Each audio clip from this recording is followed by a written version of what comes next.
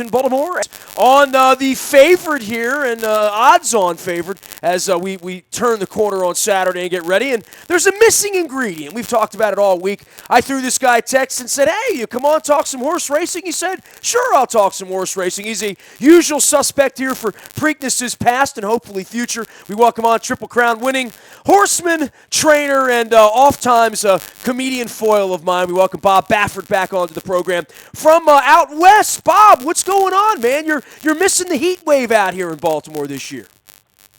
Yeah, I'm really, to me, the Preakness, the second leg is always like my favorite because it's after the big storm in Kentucky and the pressure's off. Everybody is in the one stakes barn. You get to see all the horses, all the people, and it's a very laid back, but it's exciting, exciting 2 days of racing. So, I'm going to miss out this year. Well, I would say you're a pretty competitive guy, as I know. So tell me about this year for you when there's no Derby, there's an Oaks winner, and you'll get these questions, and I guess, the horse has to come to you, right? I mean, it's not the other way around, right?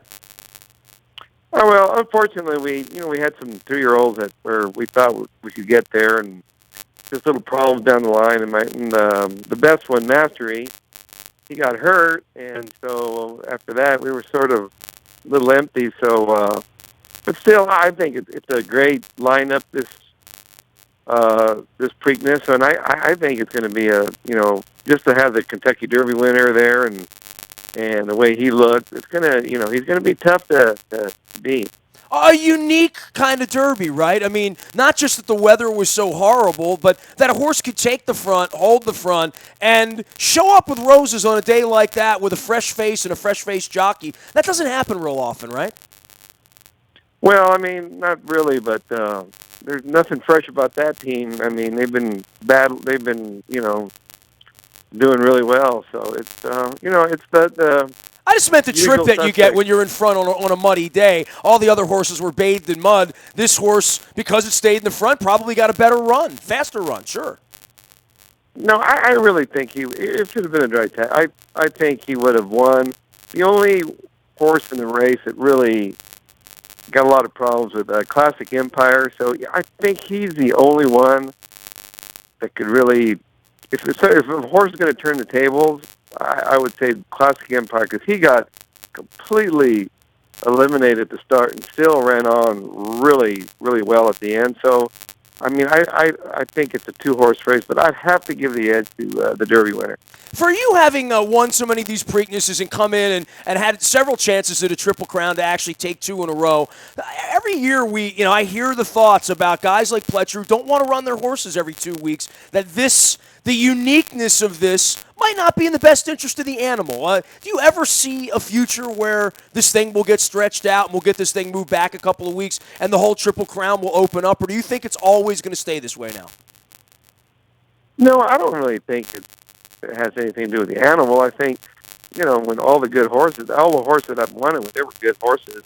They kept on going. So I think the 2-week turnaround, you've just ran a mile and a quarter, you're shortening up a little bit. If they were going a mile and a half, second leg, then it'd be hard on them. But they're shortening up, and the Pimlico surface, it's really kind to the animals, the horses, and so every horse I've ever taken there, it was soft, it took to it, and so I think changing it in any way, it's tradition. When you change tradition, especially in horse racing, it wouldn't have the same effect. I think people would just lose interest. You need that 2 weeks to keep people focused and interested in the sport. The casual fan, I mean, horse racing fans, gamblers, they're going to, no matter what, but the casual fan right now is waiting to see what the Derby. Are we going to see a horse go for the Triple Crown? And that's why the Classics are so important, because they're on television. They'll get to know the players a lot better now and zero in on one horse. Bob, are you rooting for another Triple Crown in your lifetime, or are you happy to be on the mountain here alone? I know it's the hardest thing, and you have such respect for it, and I've had you on a few times since you've won. But this horse goes off on Saturday as an odds-on favorite, and always dreaming a chance to do this, and a chance for Todd Pletcher to do this. You know that feeling and the sort of that pressure that comes down on you when you get up to Belmont in a couple of weeks. But it appears as though we have a real legitimate chance for that this year. You know what? There's a chance every year. I mean, it was one of those. Now that we've done it, it was always used to bother me that I hadn't done it because I had so many chances at it. And now that I've done it, it's like, if the horse is worthy, I'm all for it because it's tough. You got to have the right horse. You got to have everything's got to go right. You have to be, the superior horse of that year to do it. And so. Here comes American Pharoah, and it was a lot of fun, and I think it's good for horse racing, especially when you have a horse. I'm rooting for that horse because it helps all of us. It helps trainers, breeders, everybody involved, the tracks, and so I think it's very important that we have a horse going for the Triple Crown. In retrospect, a couple of years later, what's the long tail of the American Pharoah success story and sort of the shadow that grows from winning a Triple Crown? Because we spent our whole lives talking. I mean, I know I talked to you about it 20 years ago about what would happen if it happened for horse racing. What's the long story of that a couple of years out now? I really think I see a lot of people getting in the horse business. You see new owners, people investing. I think it really, the business was getting a little stagnant, and it was like throwing a big boulder in the pond, and it just, you could see the ripple effect of people getting excited about getting back in the sport. And I get calls now, hey, I want a good horse. And it's not only the Triple Crown, but it's all the Breeders' Cup, and all these races are on television now, and so I think television is very important for us, and so. With television, you see the horses, you see the names, the players, jockeys, trainers. So when you do see a race, you go, oh, I know that person, So, it's just like anything in golf. If, as a casual fan, if I turn on a golf on Sunday and I don't recognize the top 10 guys, I usually don't watch the show, and so unless it's from the Masters. But it's like that. I think we have to educate, the casual fan that's out there looking in for the first time. Hey, these are the guys that are in it, and these are the horses, and people it catches up pretty quick. It's fascinating to hear you say that, not being here this year, Bob, because everybody I've talked to this week, I have mentioned your name because of your legend is large in all of this, and I think it is a shame when you're not here as you are one of the stars of the show. I don't think I'm telling you something you don't know. It's good for horse racing when you're a part of this. Obviously, you have plans to do this in the future, but it really is sort of the all-star team that gets together during these weeks for horse racing. And Bob, I'm one of those guys. Look, we're in Baltimore. I sit around here, and you know this. I talk Ravens. I talk Orioles. I just got eliminated with the Caps and the Wizards, and we're on the Terps and doing all that stuff. This is sort of the circus that comes to town once a year, and the more stars, the better stories, and it'll be weird, I guess, this year for you watching it on television, but NBC does do such an amazing job for people who just fly in, on the Oaks or the Derby to learn the connections and learn the horses and learn where the industry is, that really is the sales pitch, is that, I get 5 to 8 hours a year on NBC where they promote you and Todd, and I mean, the animals don't talk, so it's always you guys that are out on the front end of this, and I think NBC's been a great partner for telling those stories.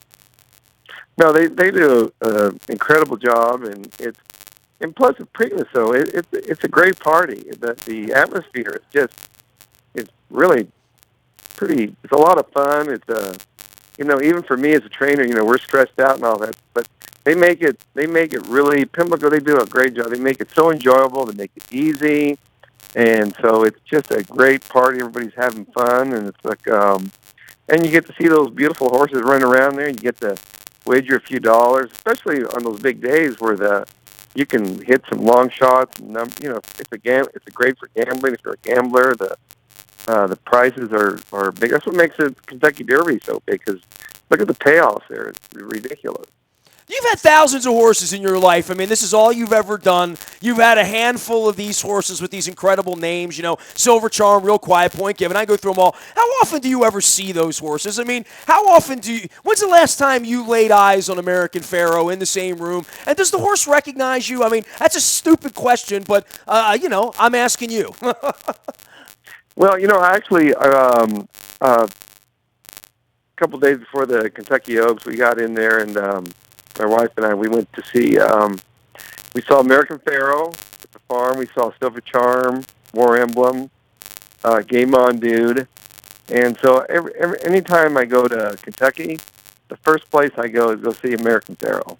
And then I go to Old Friends, where they keep Silver Charm, War Emblem, and Game On Dude. It brings back memories. When you see them, you just think of all the, during that time that it's just like listening to an old song on the radio. You remember what you were doing then. That same thing with these horses. When you see them, it brings you right back to what was going on then. Hey, man, always a pleasure to check in with you. I know you're not here this week and took a little time out to give us a call. We appreciate the respect and the love for Baltimore. Hey, we'll keep the crab cakes here settled down for you. And 52 weeks from now, you get in here with a horse, maybe a Derby winner, and we'll see what you got under the hood next year. I hope I'm back there next year, because I do miss it. Well, we miss you too, Bob. Thanks for coming on with us. We appreciate the time, man.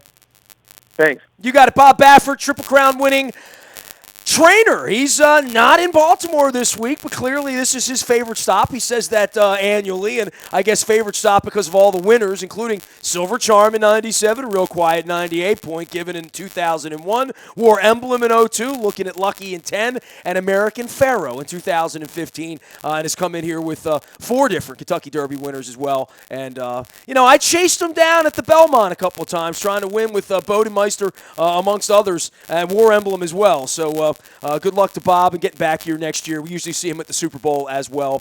Good luck also this week to Todd Pletcher and getting off with Always Dreaming. We'll see that horse go off as a odds-on favorite on Saturday at Old Hilltop. You can find me out in the Bahia Toyota Audio Vault 24 hours a day from anywhere in the world on your mobile device by downloading the TuneIn Radio app. We do come in crystal clear from anywhere in the world that the internet is served. The morning newspaper ships to your email inbox each and every morning at 7 a.m. That's all brought to you by Planet Fitness and PlanetFitness.com. Last but never least, breaking news happens first, and the Orioles have lots of it every day with pitchers going up and down. That'll happen on the WNST text service. That's all brought to you by Coons Ford of Security Boulevard. I'm out on Facebook, Twitter, LinkedIn, Snapchat, Instagram, and streaming live on our Facebook as well as our YouTube WNSTV channel. If you want to join us in Nashville, in Green Bay, or in London for these Ravens trips, jump on it. Toss me an email here over the weekend. We'll get you taken care of. Happy pink wearing on Friday. Happy Black-Eyed Susies to all of you out on Saturday enjoying Preakness 142. I am Nestor. We are WNST.net, AM 1570, and WNST Towson, Baltimore, and we never stop talking Baltimore sports.